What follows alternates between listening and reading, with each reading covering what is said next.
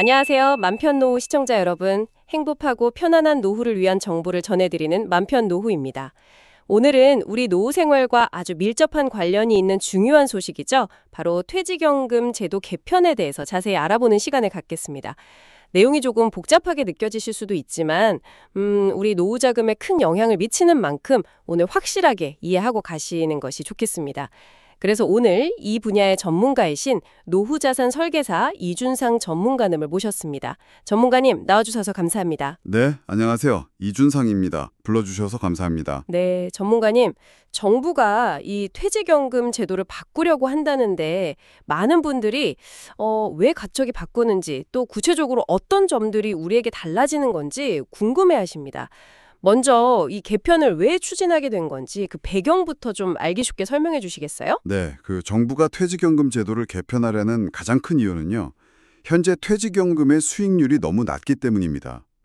연평균 수익률이 약 2% 수준에 머물러 있거든요.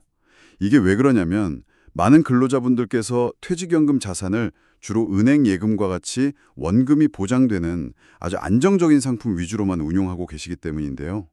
물론 안정성도 중요합니다. 하지만 이렇게 낮은 수익률로는 물가 상승률을 따라잡기도 어려워서요. 실질적인 노후 자산 가치가 잘 드러나지 못하는 문제가 있습니다. 그래서 근로자분들의 노후 준비 자산을 좀 더 효과적으로 불릴 수 있도록 돕기 위해서 정부가 제도 개선에 나선 것입니다. 아, 수익률이 너무 낮아서 그걸 높이기 위해 바꾸려는 거군요. 그럼 구체적으로 어떤 방향으로 바꾸려고 하는 건가요? 주요 내용들을 좀 정리해 주실 수 있을까요? 네, 개편안의 큰 방향은 3가지 정도로 요약할 수 있습니다. 제가 천천히 하나씩 말씀드리겠습니다. 첫 번째는요. 과거의 퇴직금 제도 이거 완전히 없애고 모든 사업장이 의무적으로 퇴직연금 제도를 도입하도록 하는 것입니다.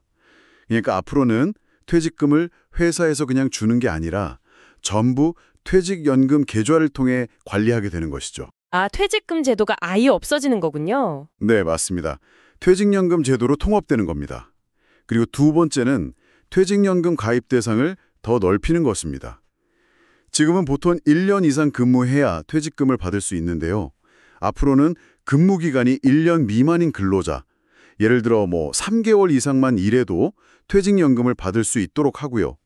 또 특수고용직이나 플랫폼에서 일하시는 노동자분들까지도 퇴직연금 혜택을 받을 수 있도록 그 대상을 확대하려고 합니다. 네네. 그리고 세 번째, 이게 가장 큰 변화라고 할 수 있는데요. 바로 퇴직연금 기금 운용공단 같은 것을 만들어서요. 개별 회사나 근로자가 직접 관리하는 것이 아니라 이 공단이 전체 퇴직연금 자산을 모아서요. 마치 하나의 큰 기금처럼 전문적으로 운용해서 수익률을 높이려는 방안을 논의하고 있습니다. 그렇군요. 그 퇴직연금 이야기하면 꼭 나오는 용어들이 있던데 DB형, DC형, 그리고 IRP 이런 말들이 좀 어렵게 느껴지거든요. 이것들이 각각 어떻게 다른 건지, 특히 그 IRP라는 것은 무엇인지 좀 더 쉽게 풀어서 설명해 주실 수 있을까요? 네, 맞습니다. 용어가 조금 낯설 수 있죠. 제가 차근차근 설명해 드리겠습니다. 퇴직연금은 크게 DB형과 DC형, 그리고 IRP로 나눌 수 있습니다. 먼저 DB형은 확정급여형이라고 부릅니다. 이것은 예전 퇴직금 방식과 비슷하게 내가 나중에 퇴직할 때 받을 금액이 미리 정해져 있는 방식입니다. 보통 마지막 3개월 평균 월급 곱하기 근무 연수 이런 식으로 계산되죠. 그래서 안정적이라는 장점이 있습니다. 이 DB형은 회사가 돈을 굴리는 책임을 집니다. 회사가요. 아, DB형은 받을 돈이 정해져 있고 회사가 책임지는 거군요. 네, 그렇습니다. 다음으로 DC형은 확정기여형이라고 합니다. 이 방식은 회사가 매년 내 월급의 일정 부분, 예를 들어 12분의 1 이상을 내 퇴직연금 계좌에 넣어줍니다. 그러면 그 돈을 가지고 내가 직접 어떤 상품에 투자할지 결정하고 운용하는 방식입니다. 그래서 내가 운용을 잘하면 더 많은 퇴직금을 받을 수도 있고 반대로 손실이 날 수도 있습니다. 즉, 운용 책임이 바로 근로자 본인에게 있는 것이죠. 아하, DC형은 회사가 돈은 내주지만 내가 직접 굴려서 결과가 달라지는 거고요. 네, 맞습니다. 마지막으로 IRP는 개인형 퇴직연금 계좌를 말합니다. 이것은 말 그대로 개인 명의의 퇴직연금 전용 계좌인데요. 퇴직할 때 받은 퇴직금, 그게 DB형이든 DC형이든 이 IRP 계좌로 옮겨서요. 여기서 계속 투자를 하며 굴리거나 나중에 연금 형태로 나누어 받을 수 있습니다. 또 회사를 다니는 중에도 내가 원하면 이 IRP 계좌를 만들어서 개인적으로 돈을 더 넣을 수도 있습니다. 이렇게 개인이 추가로 넣는 돈에 대해서는 연말정산 때 세금을 깎아주는 혜택도 있습니다. 연간 최대 900만 원까지 세액 공제를 받을 수 있죠. 정리하자면 IRP는 퇴직금을 받아서 노후까지 잘 굴리고 또 연금으로 받기 위한 일종의 개인 통장이다. 이렇게 생각하시면 쉽습니다. 아하, DB형은 받을 돈 정해져 있고 회사 책임, DC형은 내가 운용 책임, 그리고 IRP는 그 퇴직금을 받아서 내가 관리하는 개인 계좌로군요. 이제 좀 구분이 되는 것 같습니다. 그런데 아까 세 번째 개편 방향으로 말씀해 주신 퇴직연금 공단을 만들어서 기금처럼 운영한다는 게 조금 생소하게 들립니다. 이게 정확히 어떤 방식이고 왜 이걸 도입하려고 하는 건가요? 지금 우리가 가입해 있는 방식과는 어떻게 다른지 궁금합니다. 네, 현재 우리나라 퇴직연금은 대부분 계약형 방식으로 운영되고 있습니다. 계약형이란 회사가 은행이나 증권사, 보험사 같은 금융회사와 계약을 맺고요. 그 금융회사가 제공하는 여러 퇴직연금 상품 중에서 회사가 또는 근로자가 직접 상품을 선택해서 운영하는 방식입니다. 네. 그런데 이번에 정부가 도입을 검토하는 기금형 방식은 이와 다릅니다. 별도의 전문 운영기관, 예를 들어 퇴직연금 기금운영공단 같은 것을 설립해서 여러 회사의 퇴직연금 자산을 한 곳에 모읍니다. 그리고 이 공단이 그 큰 자금을 가지고 전문적으로 투자를 해서 운영하는 방식입니다.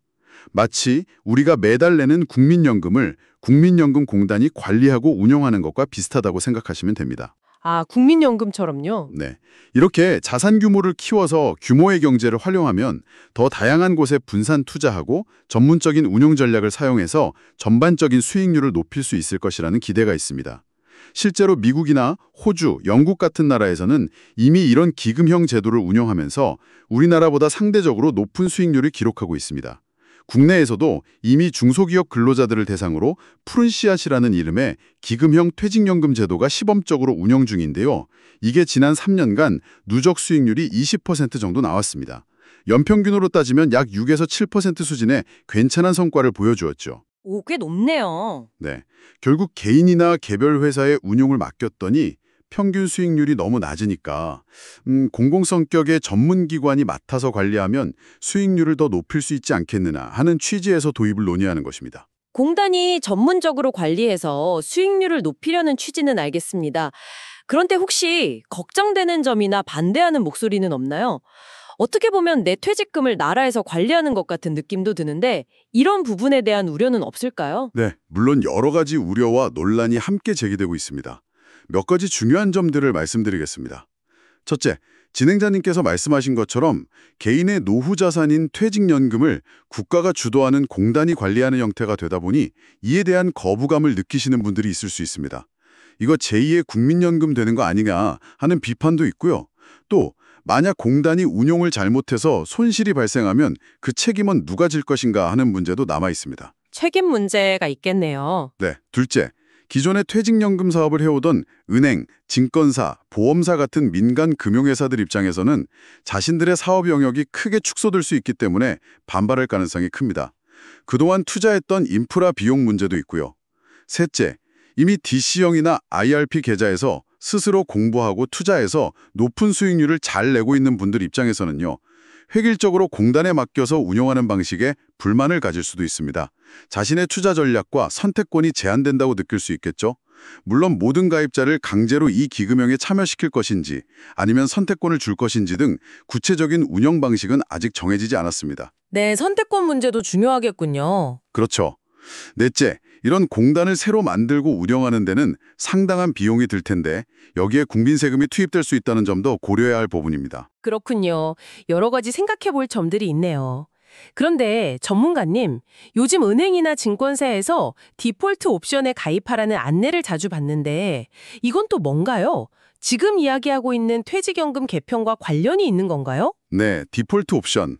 우리말로는 사전 지정 운용 제도라고 하는데요. 이것도 퇴직연금 수익률을 높이기 위한 방안 중 하나로 이미 시행되고 있는 제도입니다. 퇴직연금 가입자가 특히 DC형이나 IRP 가입자가 자기 계좌에 돈이 들어왔는데도 어떤 상품으로 굴릴지 아무런 운용 지시를 하지 않고 그냥 내버려 두는 경우가 많습니다. 그러면 그 돈이 그냥 현금으로 있거나 아주 낮은 금리의 원리금 보장 상품으로만 자동 예치되곤 했는데요. 디폴트 옵션은 이렇게 가입자가 별다른 운용 지시를 하지 않을 경우에 미리 정해놓은 몇 가지 투자 포트폴리오 상품 중에서 하나로 자동적으로 돈이 굴러가도록 하는 제도입니다. 아, 자동으로 굴러가게 하는 거요? 네. 너무 안전한 원리금 보장 상품에만 돈이 쏠리는 것을 막고 주식이나 펀드 같은 투자 상품 비중을 좀 높여서 장기적으로 수익률을 개선해보자는 의도였죠. 하지만 실제로는 이 제도가 도입된 후에도 상품 만기가 돌아오면 다시 안전한 원리금 보장형 상품으로 운용 지시를 하는 분들이 여전히 많습니다. 특히 은퇴 시기가 가까운 50대, 60대 이상 분들은 아무래도 원금 손실 우려가 있는 공격적인 투자를 꺼리는 경향이 강합니다. 그렇죠.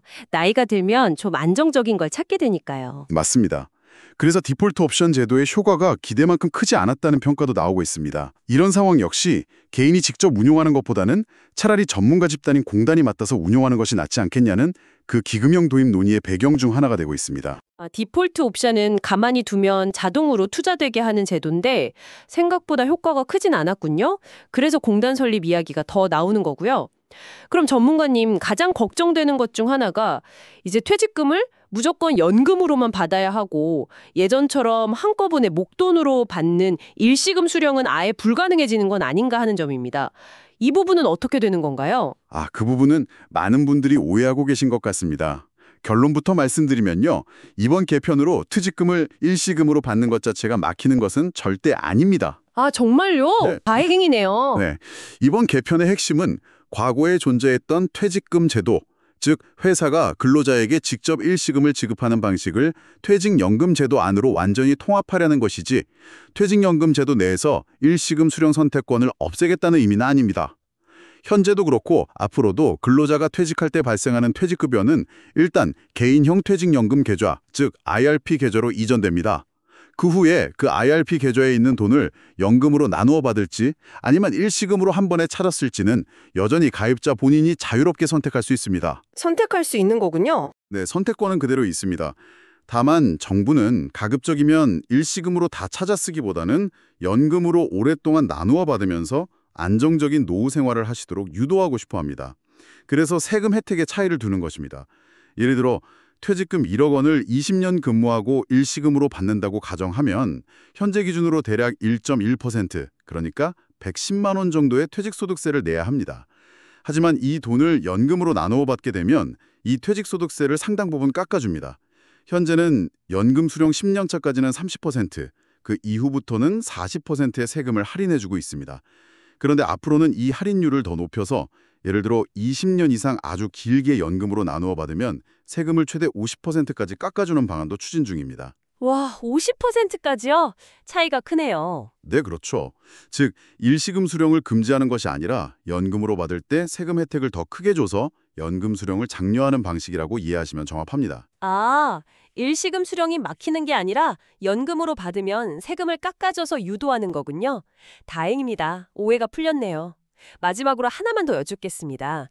최근에 퇴직연금 계좌를 다른 은행이나 증권사로 옮길 때 실물 이전 사전 조회 서비스라는 것이 시작되었다고 들었습니다. 이건 어떤 서비스인가요? 그리고 보통 어떤 이유로 퇴직연금 계좌로 옮기게 되는 건지도 궁금합니다. 네, 작년부터 퇴직연금 계좌를 옮길 때 아주 편리한 제도가 생겼습니다.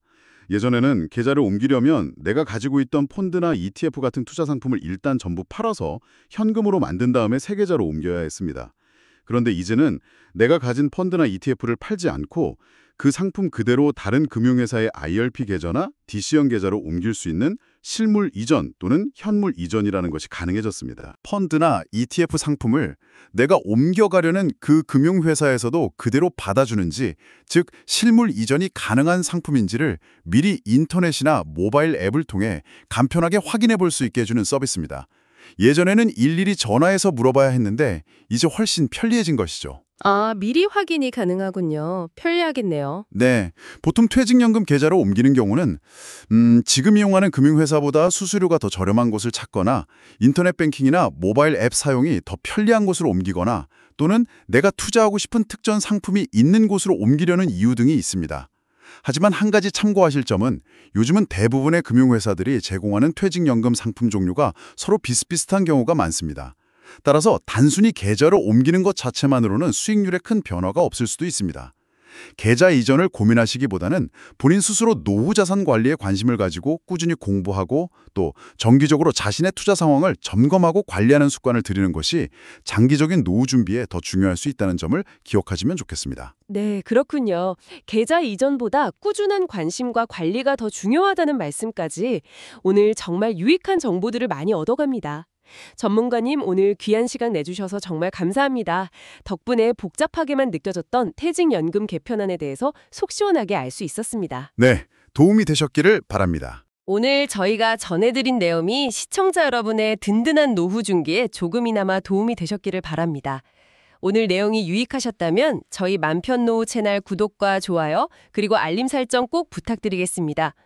또 주변에 퇴직연금에 대해 궁금해하시는 친구분들이나 가족분들이 계시다면 오늘 영상을 널리 공유해 주시는 것도 잊지 마세요. 영상을 보시다가 더 궁금한 점이 생기시면 언제든지 아래 댓글로 편하게 남겨주십시오. 저희가 아는 범위 내에서 성심껏 답변 드리겠습니다. 다음 시간에는 60세 이후 국민연금 계속가입 과연 해야 할까? 특히 10년 못 채운 분들은 꼭 시청하세요 라는 주제로 더욱 알찬 정보를 가지고 찾아뵙겠습니다. 오늘 시청해주셔서 대단히 감사합니다. 편안한 하루 보내십시오.